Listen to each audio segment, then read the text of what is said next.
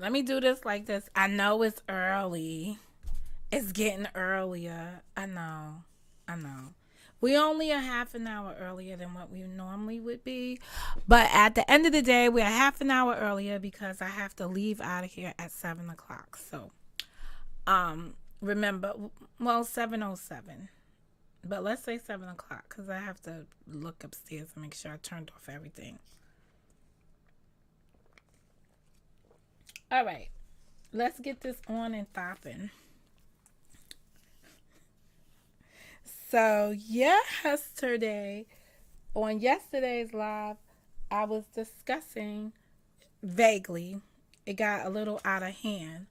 Um, well, it got a little bit beyond my what I wanted to. No, I'm not gonna say what I wanted to talk about, but I missed some key points I wanted to talk about when I was speaking on toxic femininity.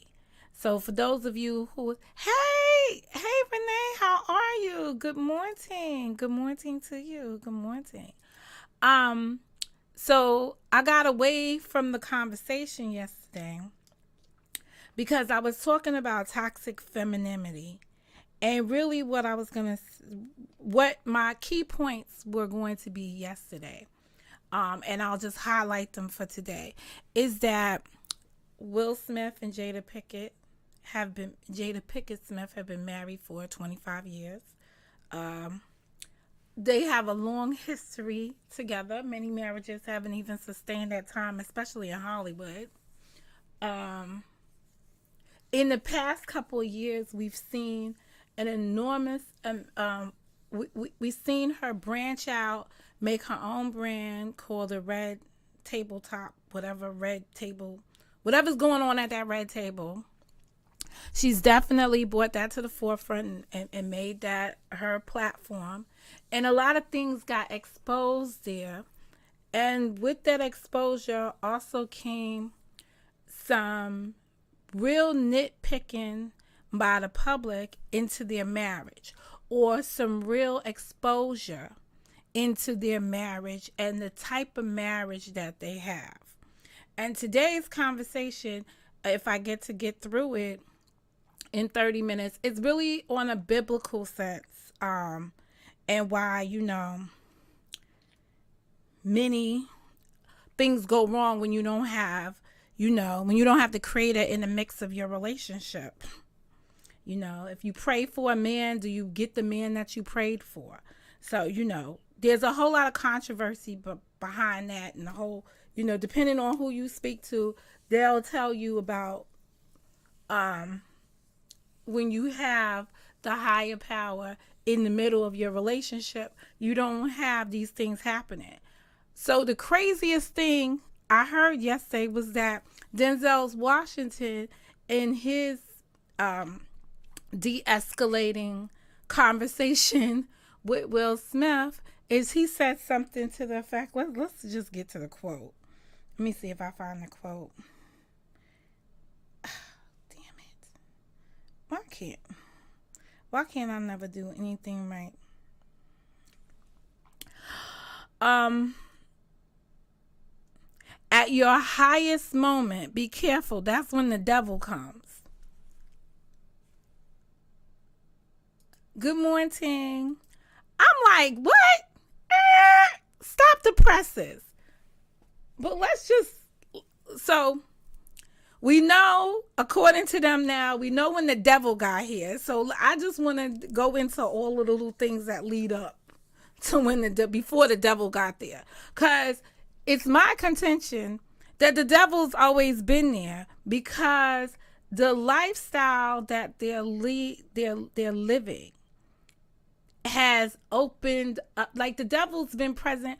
I'm just going to say this. The devil's been present in everything going around. So he's just not there at your highest moment. And do not blame this. Do not blame this on the devil. Unless you are calling yourself the devil. Do not go and blame him for what's going on right now. When you create these alternative universes into relationships and what it's supposed to be, when you go against and you do not have some kind of spiritual foundation in the first place, don't come up here now and try to bring the devil up in it, okay? Because he's just another layer of the spiritual foundation you didn't have. So let's just leave him wherever side street bar, whatever he's at. Let's just leave him right there. He didn't come at your highest moment to get you. Now, yesterday, many folks were disappointed in me because I was calling for an arrest. I am a paralegal. I believe in law and order. So I think that it is not far-fetched for me to assert that there should have been a criminal response to a verbal to some man at his job, doing his job, making a verbal statement that resulted in someone being offended, and instead of having a verbal response, resulted in a physical response. Here's the thing not mentioned. What would have happened if, and we're in these what ifs, Chris Rock would have struck back? There would have been then an altercation and possibly 2 people getting arrested. So here's the funny thing. Jim Carrey comes out and he's like, yeah, that just would have been, having him arrested just would have been nuances. Instead, I get him in the money, and that's about it. And you know what? At the end of the day, maybe that's that devil conversation that Denzel Washington was referring to, because the devil's in the details. You done spent your whole life making it to this point of excellency. You understand? And I never heard of a slap out, but this will go down in my history of stuff. A slap out. A slap out. Not a TKO, not a technical knockout on the stage, but a slap out could wipe everything away. Your reputation down the drain right now. And I'm saying it's down the drain right now because he needed to be ahead of it. He needed to be ahead of this yesterday. They should have been brainstorming all of this Sunday morning into Monday. But now I see that they went to parties and was standing and posing with the trophy and stuff like that. No, you should have went home. I'm sorry. You should have went home. Your night should have ended on that note, because there's no way.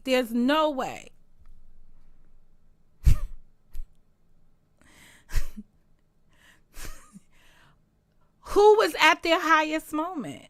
Because Chris Rock is not, so it all depends who's at their highest moment. But my position this morning, Glib, is that if you ain't got spiritual foundation in your relationship in the first place, right? And devil, to me, devil speak is the devil. You understand? If you don't have God, so let me just say this. If you don't have God or a higher power in your conversation in the first place, don't then get mad and want to take it out on the devil later on. You understand? Stay without the spiritual in it. Don't add no extra stuff to it. That's all I'm saying. Don't add no extra layers to it and want to blame the devil, because you lack spiritual whatever, you don't even have the warfare to fight the devil. You're not even prayed up enough to fight him, to fight that battle. But this is not an issue of spiritual. This is not an issue of your belief in that. And this is not an issue of the devil. This is just man-made inability to communicate, to verbalize hurt. That's all this is. Man's inability, and maybe I can say right now, the black man's inability to articulate her even to the black man.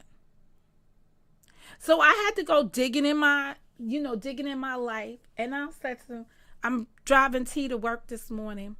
And T is like giving me faces in the car. So I'm like, what are you, like, we're talking on this subject. And she's like, Mommy, stop.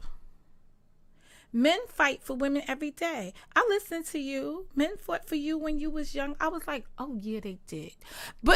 So I had to be like, whoop, whoop, whoop, whoop, whoop, whoop. Man made excuses for men's failures. I agree.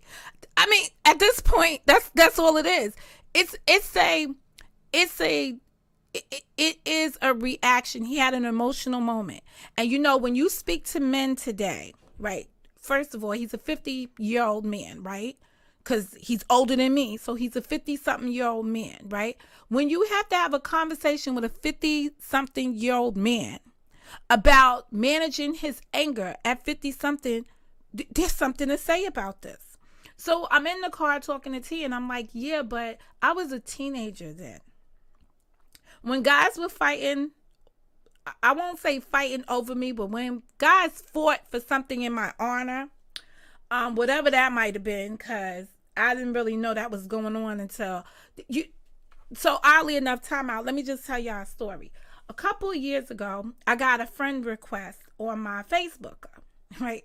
Shout out to my dad for the Facebooker. On the Facebooker, I got a request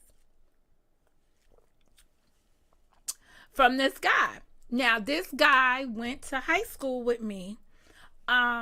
We were friendly in high school. And he's from Southside. He's a Southside dude. And we were in the same when I was in the bad school, we was in the same class. But he didn't graduate with me, even though he was older than me. I guess he had some time to still stay there. I was on my way out. So, anywho, the guy hit me up on the instant, whatever that happens, or whatever they got on Facebook. So I gotta speed this story up, right? But anywho, he reached out to me. I was at work, and I was sitting at work, and I answered him on the Facebook, and then he called me on that messenger thing, and I took his call. Now, not for nothing, he's a liar, cause he made it sound like I kid y'all not. In speaking to me, he made it sound like he was the principal at the school he works with, some school in down south, right? Not realizing that our technology today, a homegirl would go check it out. I was about to say a B, but a homegirl would go check it out. And I did. And he turns out to be the janitor in the school. But nevertheless, anyway, it wasn't going to make a difference. He was reaching out to me. Somebody close to us had passed away. And the last time I had really seen all of those guys, right, was when we had a murder. So when I was a teenager, a young man, I think I've spoken on this before, got murdered on the street.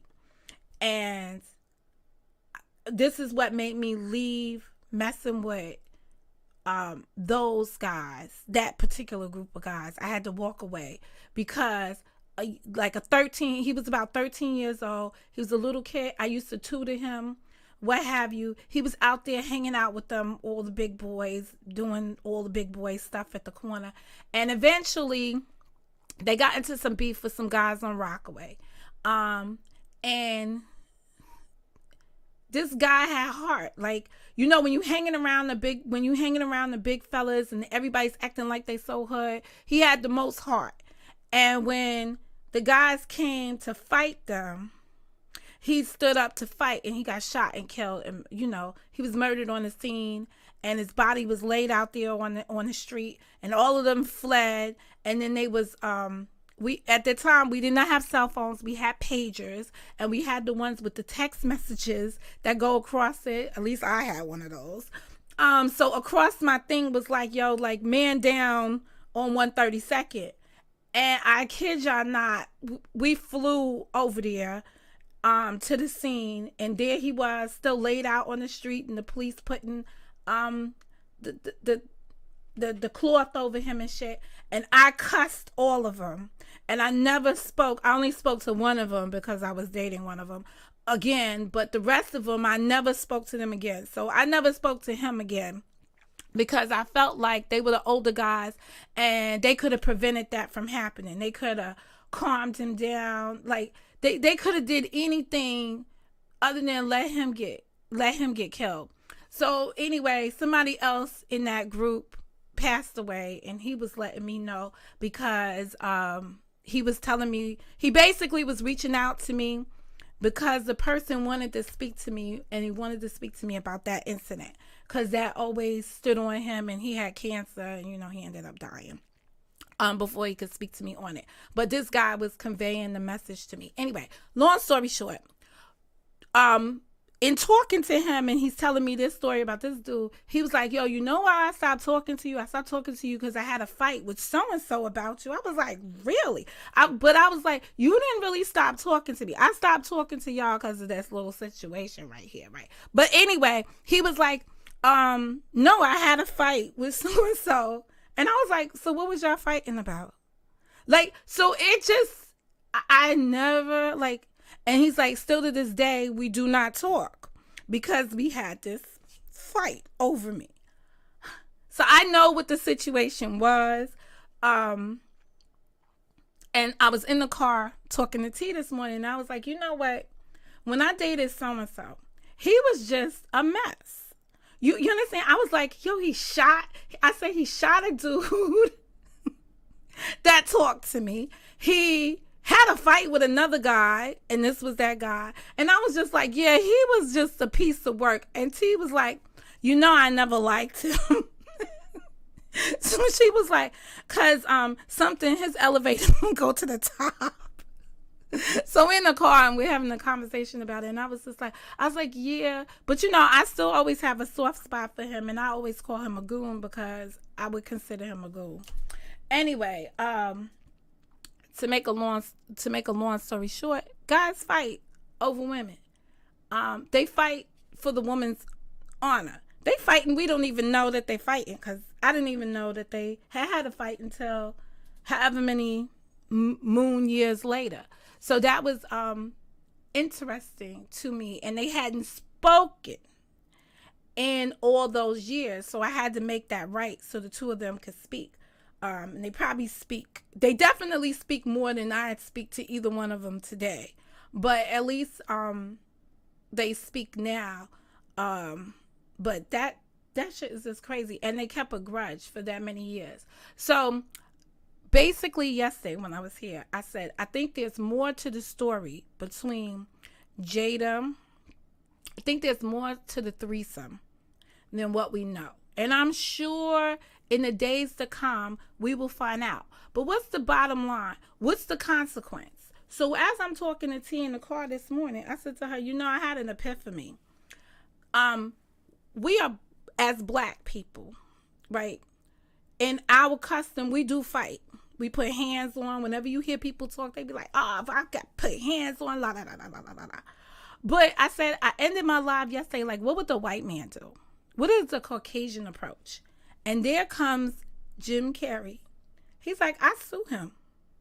Like, no, I'm not going to waste my time going through criminal court because there's, that's just a waste of time. But I would sue him. And I'm saying to myself, oh, really? Now, somebody else spoke to me last night and said, I thought the two had a movie coming out, Chris Rock and Will Smith. I can't find any indication of it. I really was hoping that this was really staged. I was just hoping that it was, wishing that it was. But, I mean, I don't believe he was defending his wife's honor. I think that I'm going to stand on what I said yesterday. I feel like he's overwhelmed with all the pressure. And I'm also thinking about, I'm going to tell y'all another story about me. Okay? When I was just the parent of T. I didn't have a son yet. It was just me and T and her father. I'm going to be so polite today.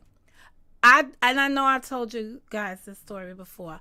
I was attending I was 20. I was 20 when I had T. So I turned 21. I was in a program to learn how to do computer processing, whatever it is, to be a secretary, basically. So I was taking some basic classes at the YMCA in Brooklyn. And we got to use the whole YMCA building. So that's the swimming pool, was it?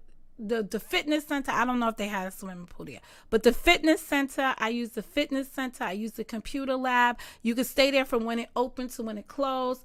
You could use the daycare facilities. Everything that was inside of the building, I used. Since I lived in Red Hook at the time, I was so distraught not being in Queens, because you know I'm a Queens girl. I spent sun up and sundown inside that building.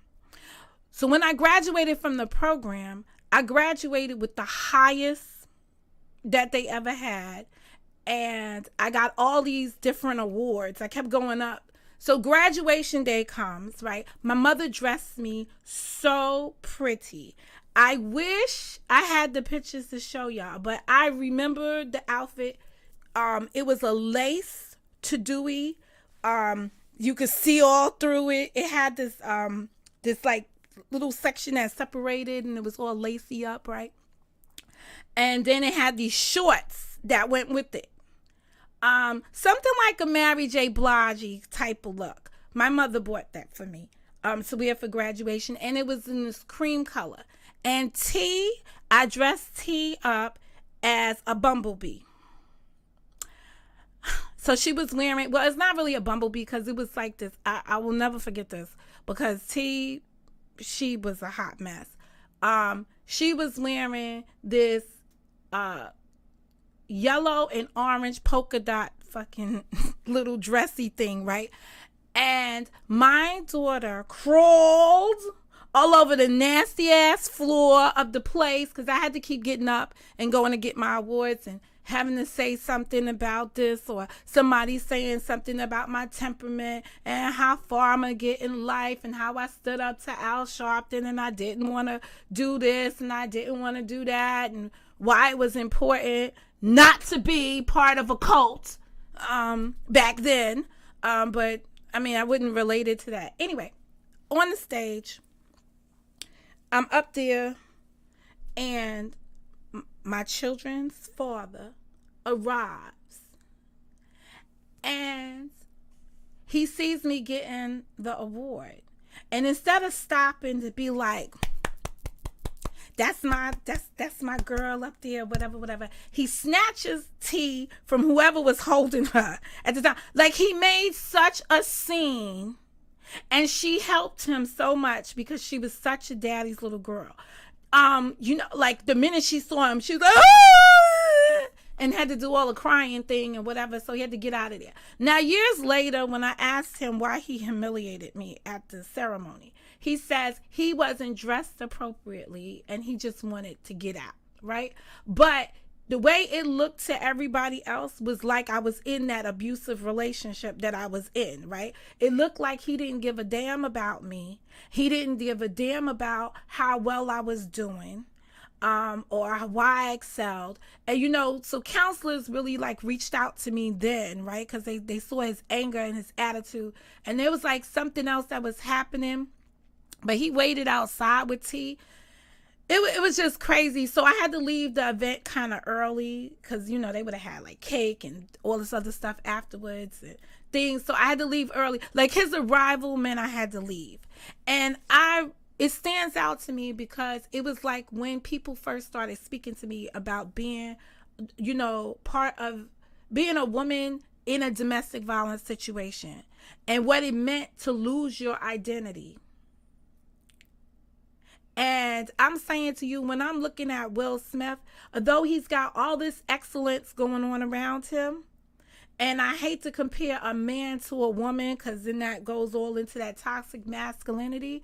But again, it just goes to my point that you need counseling. And I agree with Charlemagne the God and shook. As black people, we should not be shook enough in our success or in our low points in life. Or when we're going through depression, that we don't seek help. And he just needs to seek help. There's too many things going on in their life that he needs to address. Because somebody can come, Chris Rock can come as a thief in the night and take all of his money away from him based on a slap. And what would his excellence be weighed on? Are we judging his success by where he stands today, or is it a treasure trove of his accomplishments?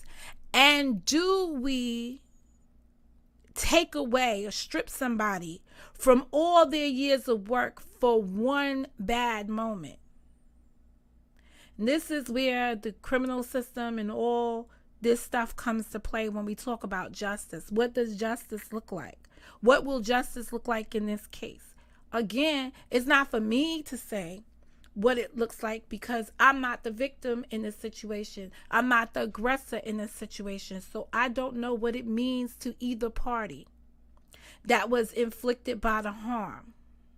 So it's easy for people to be like, oh, y'all should do this. Oh, you should do that. When at the end of the day, the people that are immediately impacted by the event have to be the ones that speak to their, they have to be the ones that speak to their failure and make it right. So all the commentary that people make on here and back and forths about what was the motive really is not important at this moment. It's what a man does after the mistake is made. It's how a man cleans that up afterwards. It's what you do to make that right. And sometimes making it right is not going to really lie on what happens with the relationship with Chris Rock and Will Smith. It's the relationship you have with yourself. Will Smith is the man that, like I said, there was about 2-3 years ago, he was like, you make yourself happy. Like, this is coming from that type of mindset. So nothing drastically should have changed from that point to the point where we are at today, where he is at today. Now, I tell you that story about my graduation because I also kind of look at Jada in that same light about this was Will Smith's moment to shine. And, as a supporter of my man or rocking with my man, I would not have wanted my head, my hair, whatever it was ailing, whatever it was bothering me to bring him down. Because most people, when they talk about their marriage, they talk about, especially women, black women be so proud of their marriages. They like to throw it up in the faces of those who aren't married. I done heard it a zillion times. But that's all right, hoes. When I get married, y'all gonna know about it. Because one, he's gonna shout it to the top of the ceilings because he's going to have won a prize. Me, of course. And you're gonna be sad because I'm going to be like, I'm going to be happy no matter what. But at the end of the day, it was her responsibility, as I see it, to support her man. And supporting him in that instance was getting him over the top.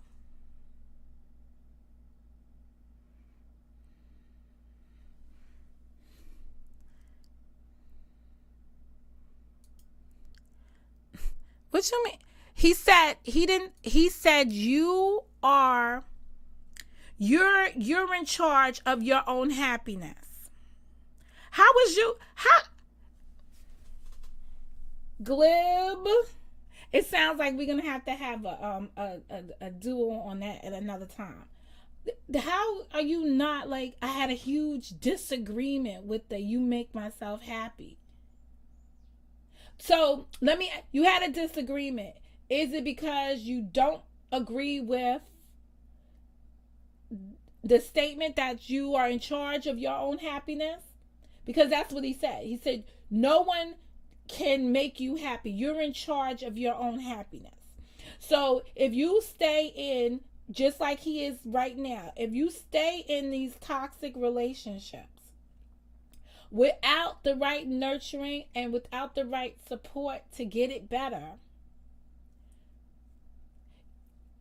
your success is being eaten away. He cannot be happy. And I don't know, because I did see pictures afterwards where he's holding that trophy and he's looking happy. But there's an enormous amount of hurt in there. So I don't know, what side were you on you're in charge of your own happiness? Because I do agree with this. I believe that statement. I think you are in charge of your own happiness. I can't leave my happiness up to somebody else to give it to me. And Lord knows I've spent, oh my God, how long did I spend? I spent years now being unhappy, but just because I lost, I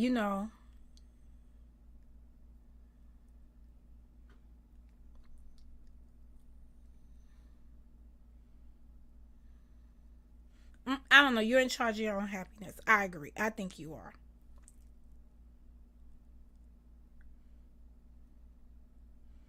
I'm not leaving it up to somebody else to make me happy. I'm sorry. I'm not gonna do that. Um and I'm not gonna sit around here and just be unhappy because people are miserable. I'm not gonna join in another people's misery.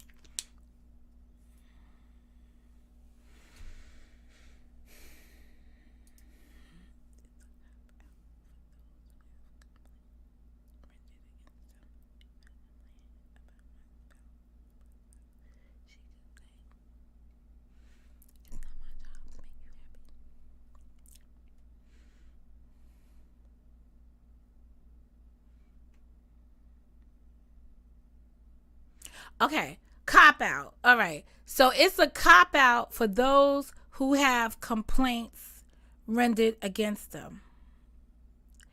If I complain about my spouse to my spouse, she could say, it's not my job to make you happy. I do agree with the statement on his face. I walk out.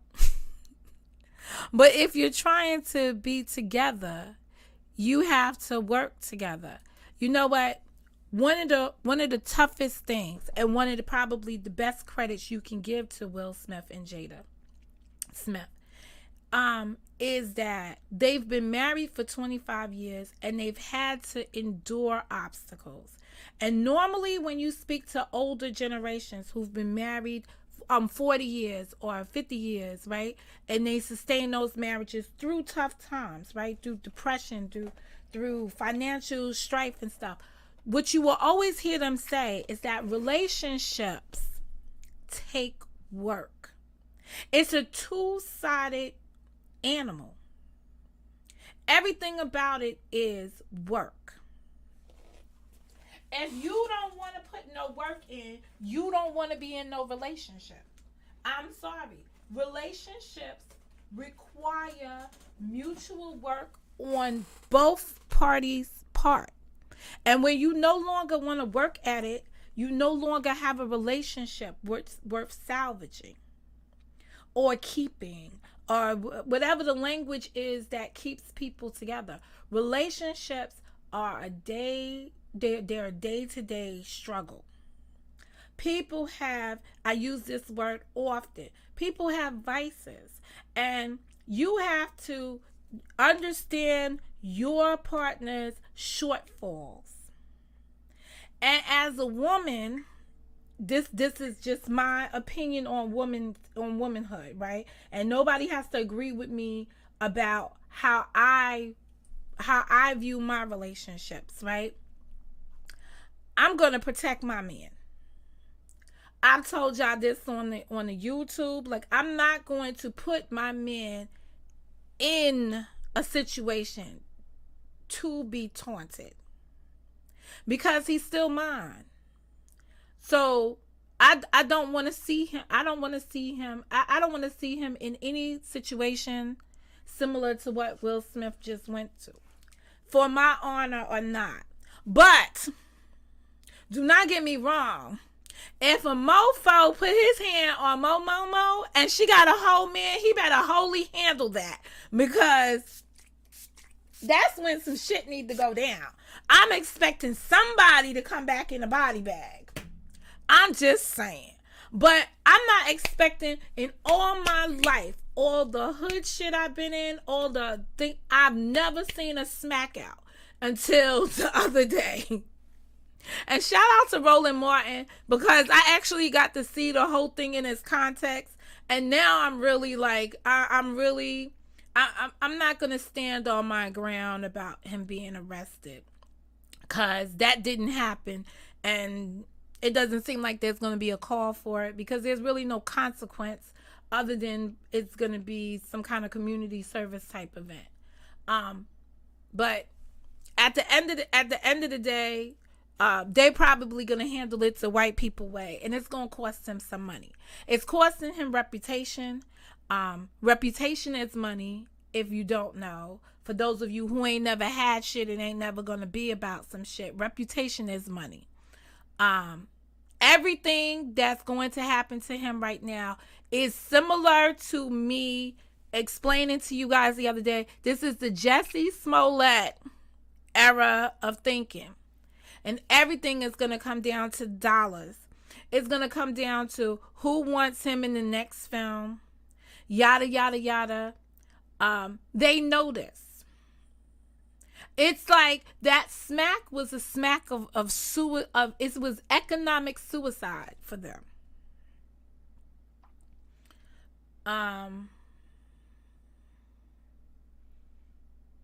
And them as a collective.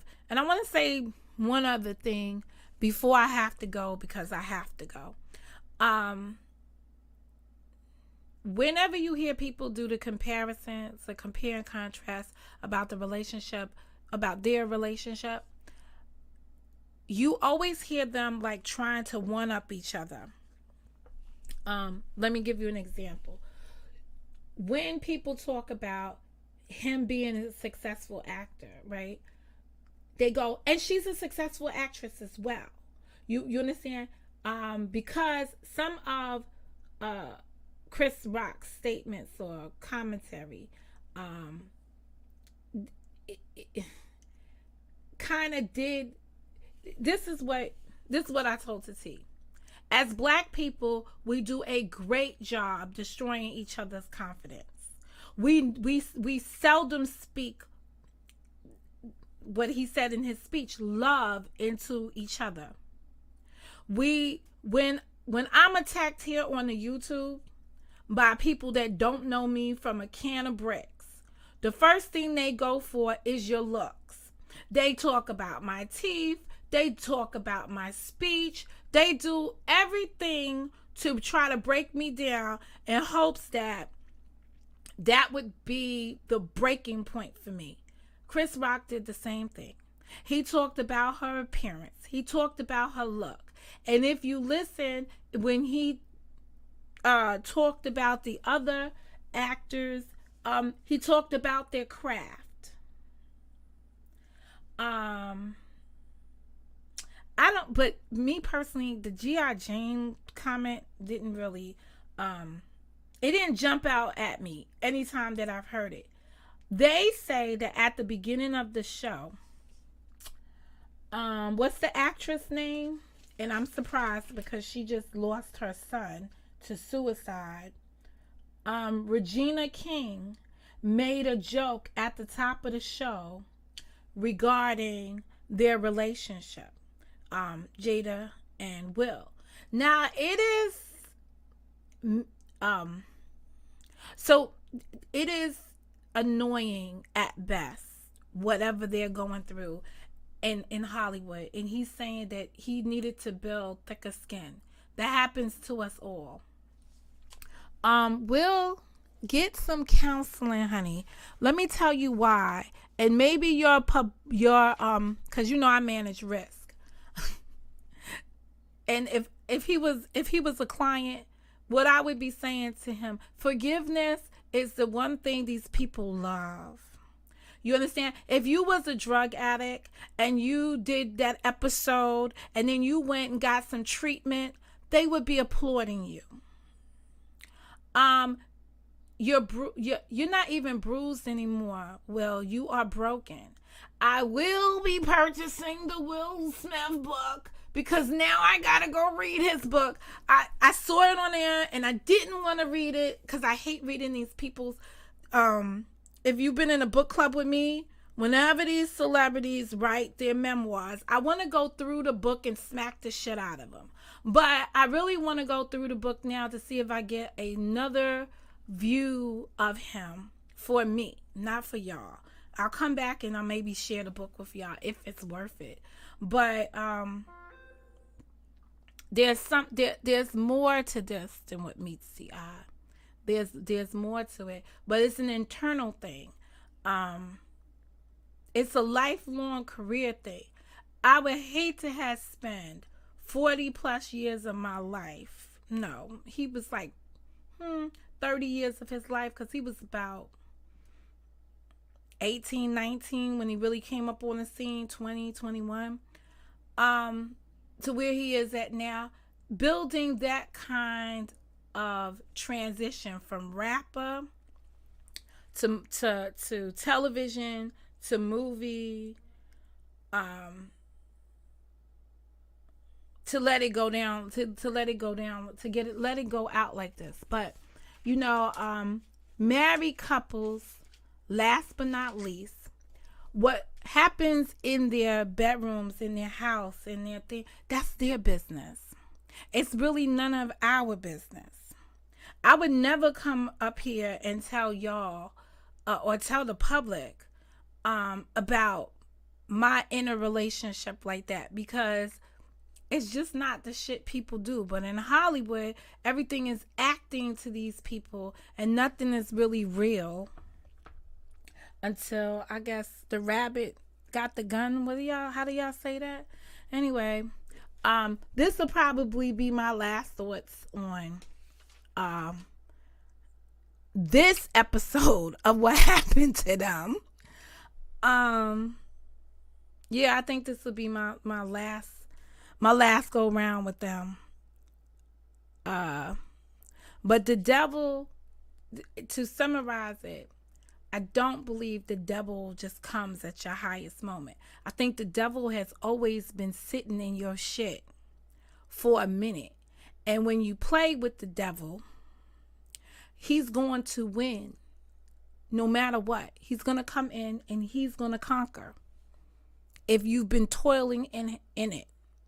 What is that saying? What God put together may no man tear apart, but you know it has asunder or something in there. The other words are in there, but the sentiment is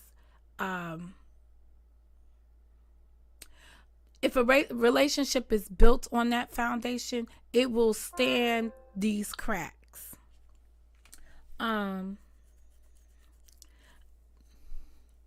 That's my friendly thought on how those things work out. Anyway, today's broadcast was brought to you by the M and the O. Mo.